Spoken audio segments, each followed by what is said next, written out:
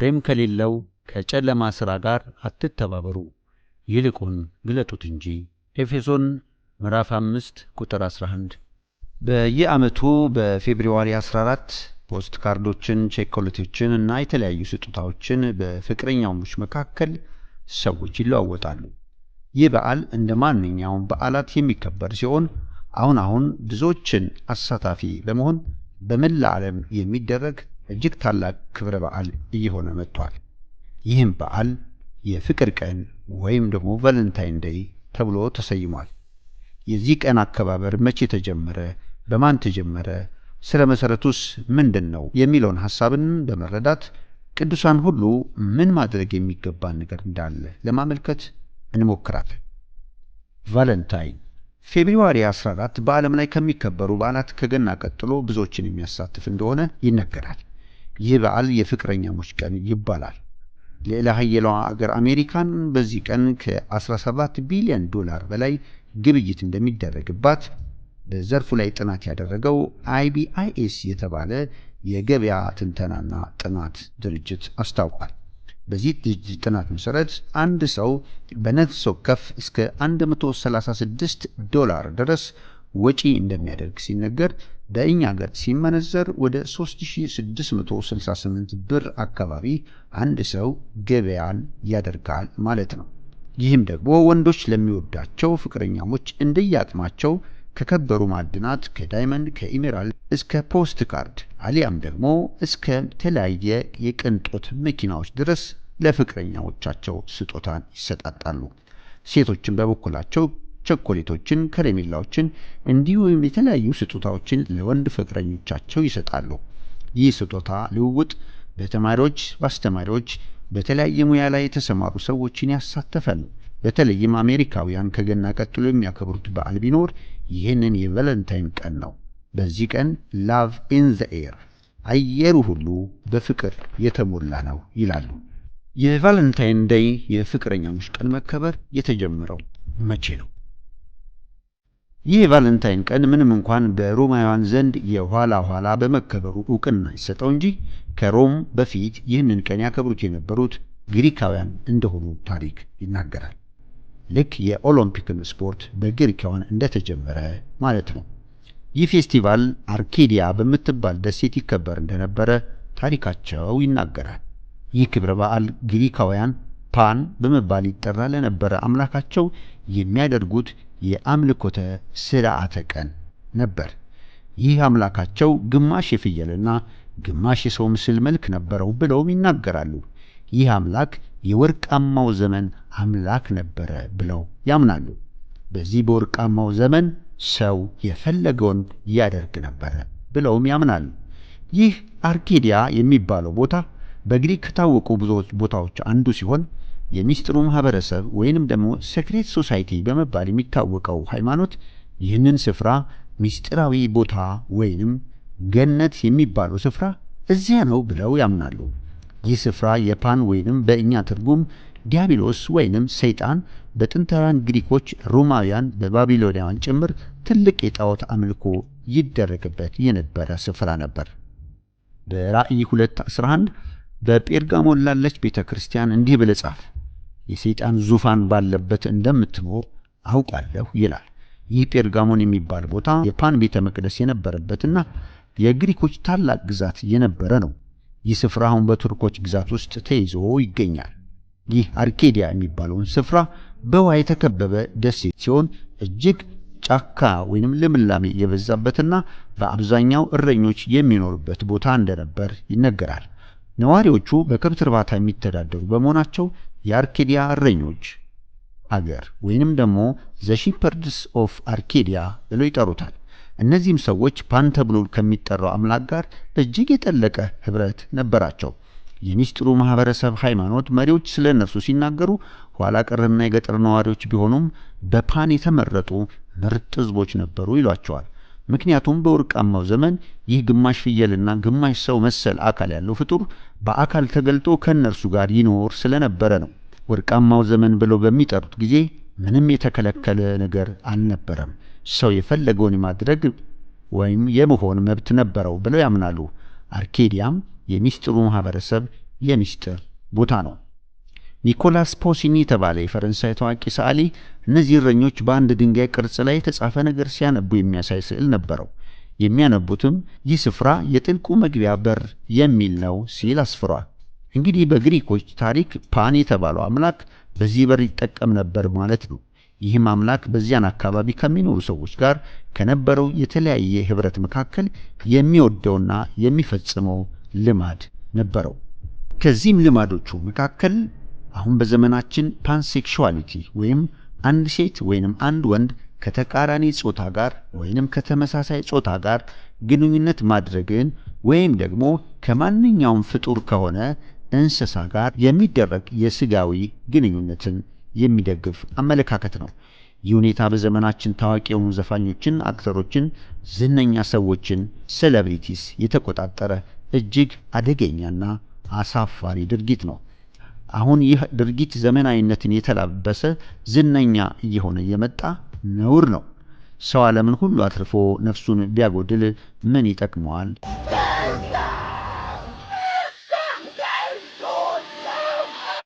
ይህ ፓን የሚባለው በአርኪዳ የሚኖረው አምላክ ሴቶች ላይ ከፍተኛ ወሲባዊ ጥቃት ይፈጽም እንደነበረ በዊኪፒዲያ ወይም ደግሞ በእንግሊዝኛው ኢንሳይክሎፒዲያም ሆነ የተለያዩ የተረጅ መዛግብት ላይ የአርኪዲያው ፓን ምንነት በግልጽ ሰፍሮ የሚገኝ ጉዳይ ነው።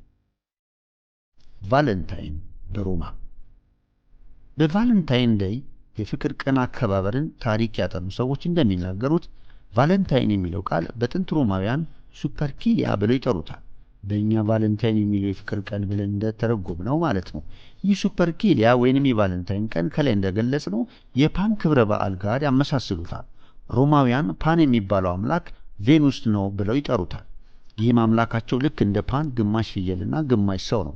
ሱፐርኪሊያ ወይም ቢስት ተብሎ በሚስጥር የሚታወቀው አምላካቸው በፌብሩዋሪ 15 ቫለንታይን ሄል በሚባልበት ስፍራ ይገኝ ነበር። ይህም ልማድ በፓን ጫካ ውስጥ ልጃገረዶችንና ሴቶችን ሲያገኝ እያሯሯጠ ይዝና ጾታዊ ጥቃት ይፈጽምባቸው ነበር። በዚህም በጣም ይደሰት ነበር። እነዚህ ሴቶች ሲያዩት በጣም ይፈሩና ይጨነቁ ነበር። በእንግሊዝኛው ፓኒክ የሚለው ቃል ወይም መሸበር፣ ግራ መጋባት የሚለውን ቃል ድንገተኛ ድንጋጤ የሚለውን ትርጉም የመጣው ከነርሱ እንደሆነ ሳታየር የሚለው እንግሊዝኛ ቃል መንቀጥቀጥ ሲል ይተረጉመዋል። ይህ ፓን መልኩ ግማሽ ፍየልና ግማሽ ሰው ሲሆን እጅግ አስቀያሚ እንደነበረ ይናገራል። ስለዚህ እነዚህ በግድ ተይዘው የሚደፈሩ ሴቶች ማንም ሴት ስትደፈር ከምትደነግጠው ድንጋጤ በላይ የሚያስደነግጣቸው ምክንያት ደፋሪያቸው ግማሽ ሰው ግማሽ ፍየል የሆነ አስፈሪ ፍጡር በመሆኑ ነው። በዚህ አስፈሪና በድንጋጤያቸው በጭንቀታቸው የሚደሰተውና የሚኩራራው ፓን ብለው የሚጠሩት አምላክ ወይንም የተገለጠ ጋኔን የብዙ ሴቶችን ደም ከማፍሰስ አልፎ በግብረ ስጋ ግንኙነት ወቅት የተገደሉና የሞቱ በርካቶች ናቸው። ይህ ፍጡር ይህም ብቻ ሳይሆን በጫካ ለነበሩት እረኞች ዋሽንትን ሰርቶ ይሰጣቸው እንደነበረ ይነገራል። በእንግሊዝኛው ፓን ፓይፕ ይባላል። ፓን የአጋንንቱ ስም ሲሆን ፓይፕ የሚለው ቱቦ ለማለት ነው። ይህንን መሳሪያ ከችሎታ ጋር ሲለግሳቸው ታዲያ በነፃ አይደለም፣ ራሳቸውን መስጠት አለባቸው።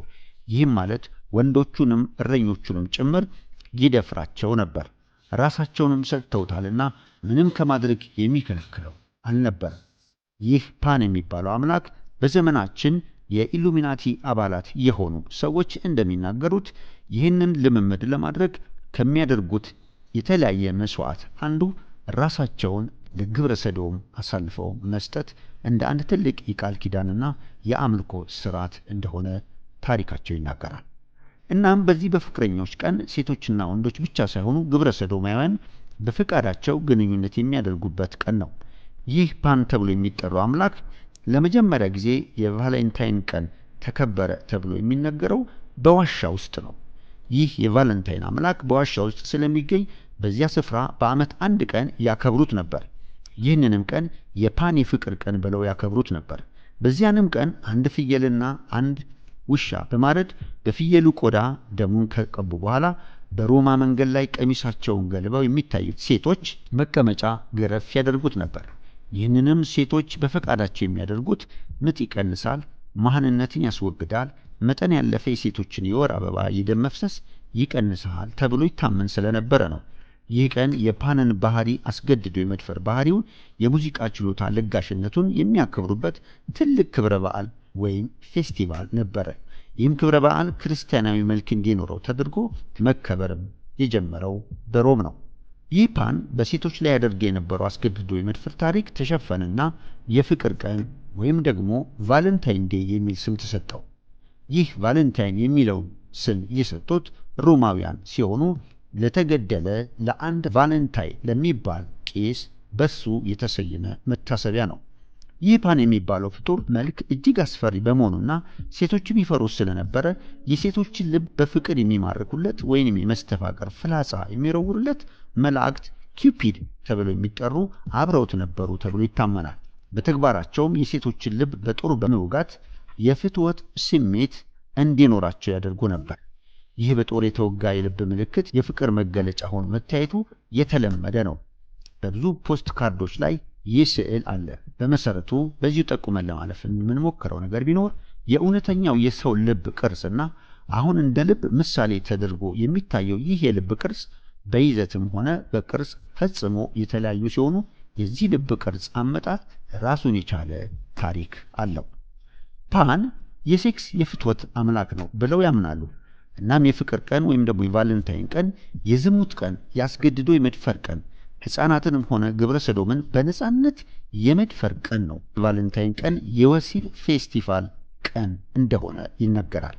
በዚህም ፓን የሚባለው አምላክ ይከበራል፣ ይደሰታል ተብሎ ይታመናል።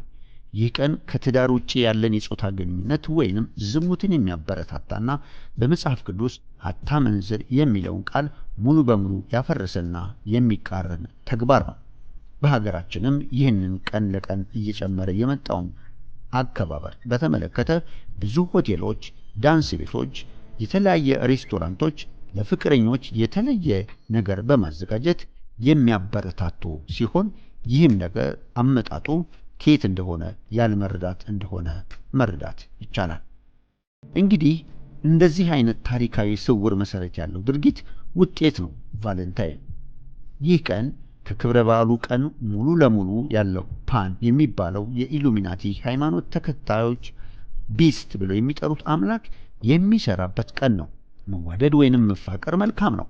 ነገር ግን እርሱ ብዙ ሕፃናትንና ሴቶችን በደፈረበት ማንነቱ የሚደሰትበትን ቀን በእርሱ ምትክ ልናከብረው አይገባንም። አንድ ሰው ሚስቱን ወይንም እጮኛውን ሊወዳት የሚገባው በዓመት አንድ ቀን ሊሆን አይገባው፣ ለዛውም በአሕዛብ አማልክት ስም።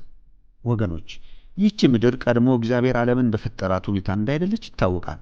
ሰይጣን በተለያየ መንገድ ፈጽሞ ስውር በሆነ መንገድ ስራውን እንደሚሰራ ልንገነዘብ ይገባናል። መንፈሳዊ ሰው ሁሉን ይመረምራል እንጂ በማንም አይመረመርም። ሰይጣን ከፍጥረት ጀምሮ ከነገሮች በስተጀርባ የሚሰራ ሸንጋይና እጅግ አታላይ ነው። ለሽንገላውም እጅግ በርካታ መንገዶችን ይጠቀማል። ቫለንታይን ቀን ወይም የፍቅር ቀን አንዱ እርሱ የሚሰራበት የማታለያ መንገዱ ነው። ይህ ክብረ በዓል ግን የዲያብሎስ የክብረ በዓል የእርኩሰት ቀን በማክበር እግዚአብሔርን ማሳዘን፣ በራሳችንም ሕይወት ላይ ስውር እርግማንን ወደ ሕይወታችን መጋበዝ አይገባንም። እውነተኛ ክርስቲያን ሊያስቀድመውና ሊያሰላስለው የሚገባው ክርስቶስን የሚመስልን ሕይወት ለመኖር ነው። እኔ ክርስቶስን እንደምመስል እኔን ምሰሉ ብሏልና ጳውሎስ። ቅዱሳን ይህንን የአሕዛብ አምላክ ፓን ተብሎ የሚጠራው አምላክ ቀን ፈጽሞ አታክብሩት። ብዙ ልጃገረዶች የተደፈሩበትን ቀን አታክብሩት። ብዙ ሴቶች የተሰዉበትን ቀን አታክብሩት። በዝሙትና በርኩሰት ሰይጣን ከፍ የሚልበትን ቀን፣ በፍቅር ስም የተገለጠውን ማታለያ አታክብሩት። የእርሱ የሚከብርበት ቀን ፈጽሞ የጣዖት እግዚአብሔርን የሚያሳዝን መታሰቢያና መሰረት ያለው ቀን ነው። ጆሮ ያለው ይስማ። የከበረውን ከተዋረደው ብትለይ እንደ አፌ ትሆናል። እንግዲህ እንደ ጥበበኞች እንጂ ጥበብ እንደሌላቸው ሳይሆን እንዴት እንድትመላለሱ በጥንቃቄ ተጠበቁ። ኤፌሶን 5